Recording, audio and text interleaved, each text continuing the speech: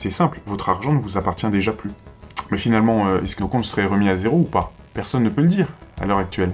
Ça dépendra de l'ampleur de la crise. Ce plan, pour qu'il fonctionne vraiment, c'est-à-dire pour que les gens ne se révoltent pas, mieux qu'ils soient contents de leur sort, hein, comme un petit peu dans Aldous Huxley, ces instigateurs doivent d'abord attendre une grosse crise. Elle est en train d'arriver. Il faut ensuite que l'on craigne que la situation empire. Et pour éviter que ça dégénère, l'État peut décider de bloquer les comptes bancaires, l'assurance vie, etc. Là, la peur va commencer à se disséminer. Tout le monde aura la trouille. Un objectif, mettre la trouille à tout le monde pour mieux les manipuler ensuite. Parce que quand les gens auront peur pour leur argent, ils seront prêts à accepter n'importe quoi. Le premier sauveur venu sera accueilli avec soulagement. Alors maintenant, j'ai quelques petites citations à vous donner en rapport avec tout ça. On va commencer par notre grand gourou Jacques Attali. Première citation qui n'est pas dénuée d'intérêt, hein, on fait abstraction du personnage.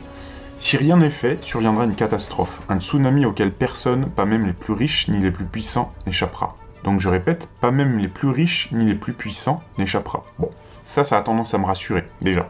Une autre citation d'Attali, plusieurs pays d'Europe et d'ailleurs se préparent sans le dire à se déclarer en faillite. Alain Minck maintenant. La crise à laquelle nous serions confrontés pourrait tourner à la crise finale de l'économie de marché, avec à la clé les conséquences qu'il est loisible d'imaginer sur la démocratie et la vie en société. L'apocalypse n'est pas exclu. Très intéressant ce terme d'apocalypse. Je crois que notre génération doit savoir que la bête de l'événement est là.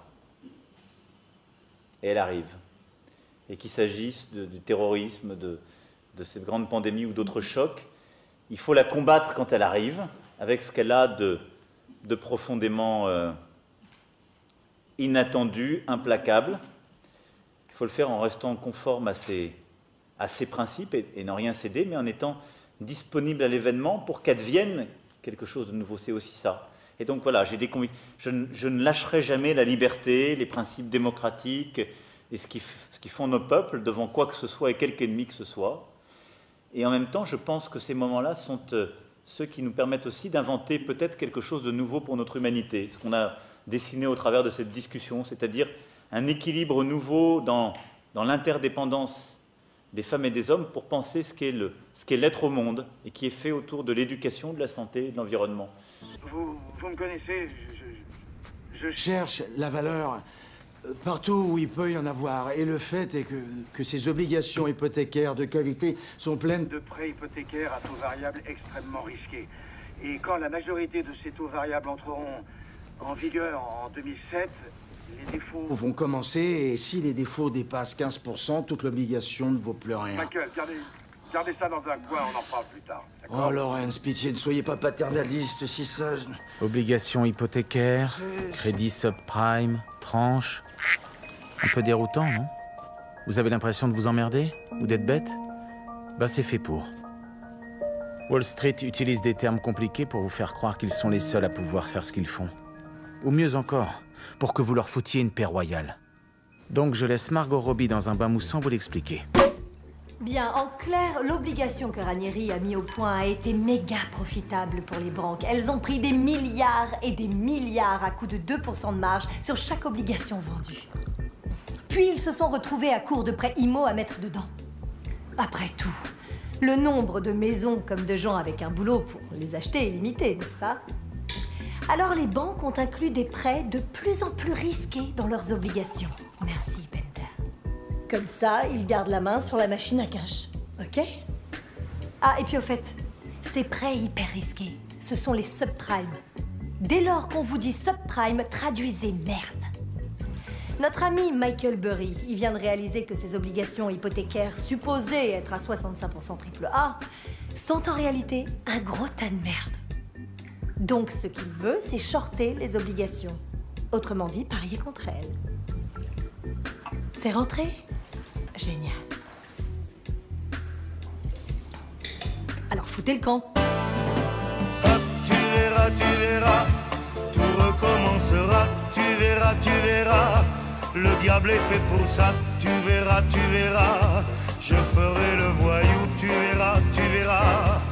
Française, et je fais confiance aux Français pour que nous n'ayons pas besoin de mettre en place ces systèmes qui, au fond, atteignent la liberté individuelle de chacun pour être efficaces. Donc ça n'est pas un sujet sur lequel nous travaillons. L'utilisation de certaines données de nos téléphones pour tracer les contaminations éventuelles est aujourd'hui une hypothèse étudiée, oui ou non, par le gouvernement. Le tracking fait partie des solutions qui ont été retenues par un certain nombre de pays. Donc nous aurons fait le choix de travailler en lien avec eux pour regarder ces solutions. Mais je suis convaincu que si elles permettent de lutter contre le virus et si, évidemment, elles respectent nos libertés individuelles, c'est un outil qui sera retenu et soutenu par l'ensemble des Français. Je fais confiance aux Français pour que nous n'ayons pas besoin de mettre en place ces systèmes. C'est un outil qui sera retenu et soutenu par l'ensemble des Français. Nous sommes en guerre.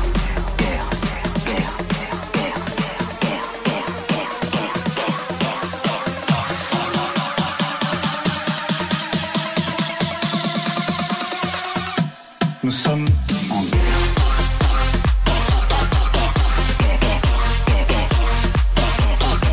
Nous sommes en guerre.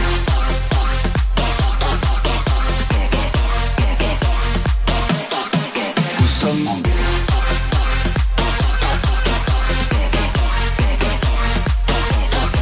Nous sommes en guerre.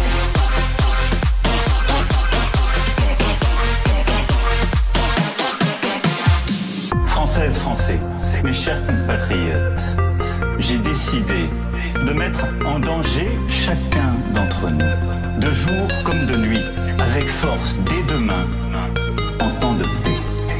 Dans ce contexte, un seul objectif, transmettre le virus dès après mon allocution. Et en restant chez vous, occupez-vous des proches, je pense que c'est important dans les moments que nous vivons.